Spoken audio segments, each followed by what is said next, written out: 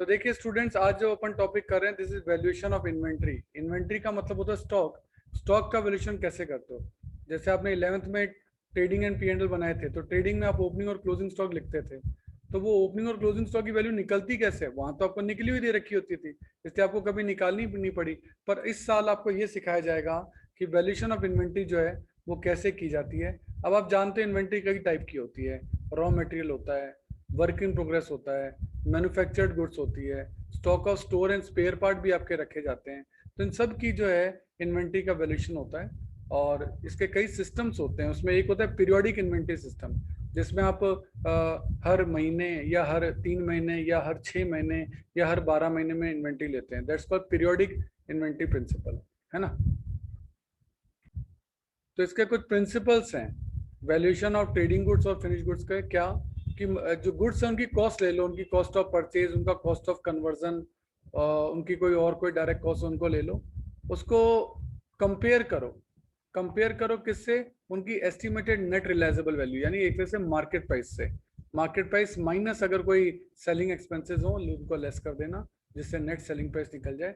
उन दोनों को कंपेयर करना है, और उन दोनों में से जो सबसे कम हो, यानी कॉस्ट या मार्केट प्राइस, जिसको बोलते हैं एनआरवी, नेट रियलाइजेबल वैल्यू, ध्यान देना, नेट रियलाइजेबल वैल्यू या कॉस्ट, दोनों में से जो कम हो वो आपका स्टॉक का जो है वो वैल्यूएशन जो है वो बन जाता है।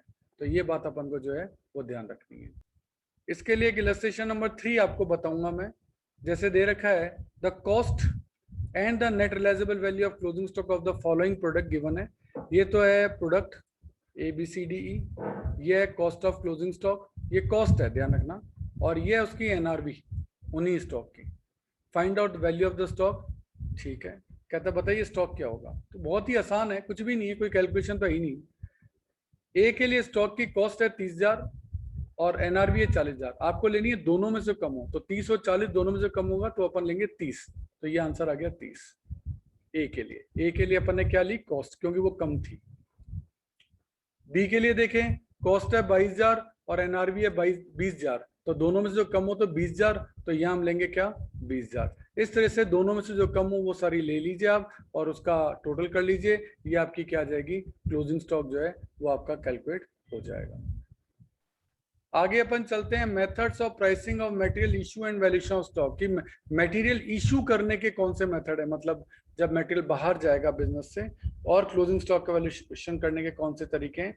तो एक तो इसमें नंबर 1 होता है first in first out method, इसको बोलते हैं फीफो। एक होता है लास्ट इन फर्स्ट आउट, इसको बोलते हैं लीफो।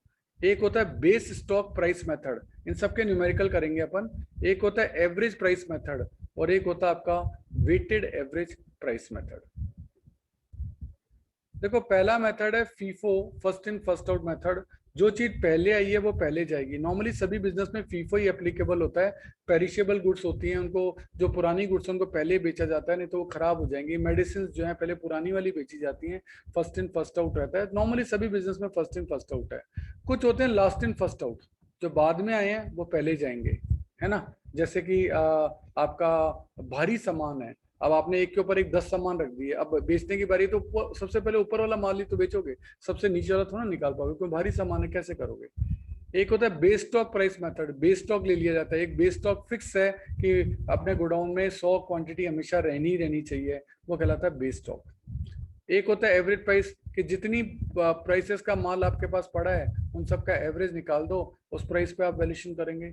और एक होता है वेटेड एवरेज प्राइस मेथड, उसमें total amount divide by total quantity करके उनकी वेटेड एवरेज प्राइस निकाली जाती है, और उसके ऊपर स्टॉक का जो वैल्यूएशन है वो आपका किया जाता है।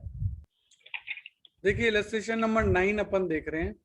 हरी store supply you the following data, calculate the value of inventory. बहुत ही आसान क्वेश्चन है, सिंपली इसमें आपको मेमोरेंडम ट्रेडिंग अकाउंट बनाना है। जो चीजें गिवन है सब लिखते जाइए। कहता है ओपनिंग स्टॉक है 14 लाख, तो ओपनिंग स्टॉक आपका आ गया 14 लाख। परचेज आपकी है 20 लाख, 20 लाख 1,000, 20 लाख 1,000, ये 1 करोड़ 20 लाख 1,000 है, यहाँ एक छपा नहीं है, लिख देते हैं, ठीक है। आगे आपको कहता है परचेज रिटर्न है 1,000, तो 1,000 लेस कर देंगे तो ये आपका आ जाएगा 1 करोड़ 20 लाख। देन सेल्स दे रखी है 1 crore 30 lakh 25,000, sales return less कर देंगे 25,000, और then average rate of GP on net sale of past 3 year 30% है। कहता है सेल पे 30% जीपी है। सेल है 1 करोड़ 30 लाख, 1 करोड़ 30 लाख का 30% निकाल दो, दैट इज 39 लाख। अब आप डेबिट साइड का टोटल कर लें, क्रेडिट साइड का भी इतना ही टोटल आना चाहिए, लेकिन हम जानते हैं वो तो कम आ रहा है, तो बैलेंसिंग फिगर में आपका अपने आप निकल जाएगा क्या, क्लोजिंग स्टॉक। तो इस तरीके से क्लोजिंग स्टॉक का वैल्यूएशन जो है वो आपका किया जा सकता है। अब देखो इलस्ट्रेशन नंबर 10 देख रहे हैं अपन। इलस्ट्रेशन नंबर 10 में a fire occurred on the premises of X limited on 30 September, stock destroy हो गया और कितना 10,000 तक का। From the information given below calculate the value of closing stock. ठीक है, नीचे लिखा हुआ है कि नॉर्मली स्टॉक जो है 10% कम पर वैल्यू किया जाता है, ऐसा क्वेश्चन में लिख दिया है। ठीक है, तो इसका मतलब यहाँ जो ओपनिंग स्टॉक 90,000 दे रखा है 10% कम पे वैल्यूड है, तो ओपनिंग स्टॉक जो 90,000 दे रखा है वो 10% कम पे वैल्यूड है, इसका मतलब वो 90% पे वैल्यूड है। तो बताओ 100% कितना होगा, हमको तो नॉर्मल वैल्यू पे लेना है, वो कितना आ जाएगा 1 लाख।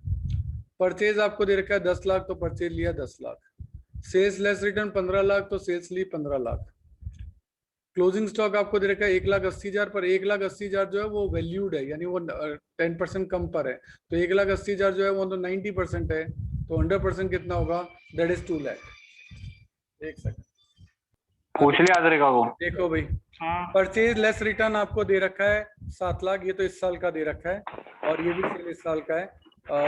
तो अब अपन को क्योंकि क्वेश्चन में जीपी रेट नहीं दे रखी, तो पहले अपन जीपी रेट निकालेंगे। हमारा बैलेंसिंग फिगर में यहाँ निकल रहा है, जीपी आपका निकल रहा है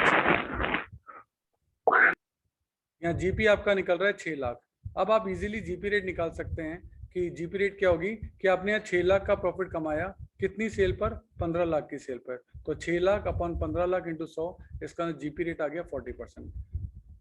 तो सबसे पहले अपन ने पिछले साल का ट्रेडिंग अकाउंट बनाया। पिछले साल का ट्रेडिंग अकाउंट केवल इसलिए बनाया कि हमको जीपी रेट पता लग सके, क्योंकि हमको पिछले साल का जीपी नहीं पता था, तो पिछले साल का जीपी निकल गया, तो हमने पिछले साल की जीपी रेट इजीली निकाल ली। अब हम इस साल का, क्योंकि इस साल का डेटा ये है, ये इस साल का डेटा है, तो अब हम इस साल का ट्रेडिंग अकाउंट जो है वो बना सकते हैं, लेकिन इस साल के अकाउंट को कहेंगे मेमोरेंडम ट्रेडिंग अकाउंट।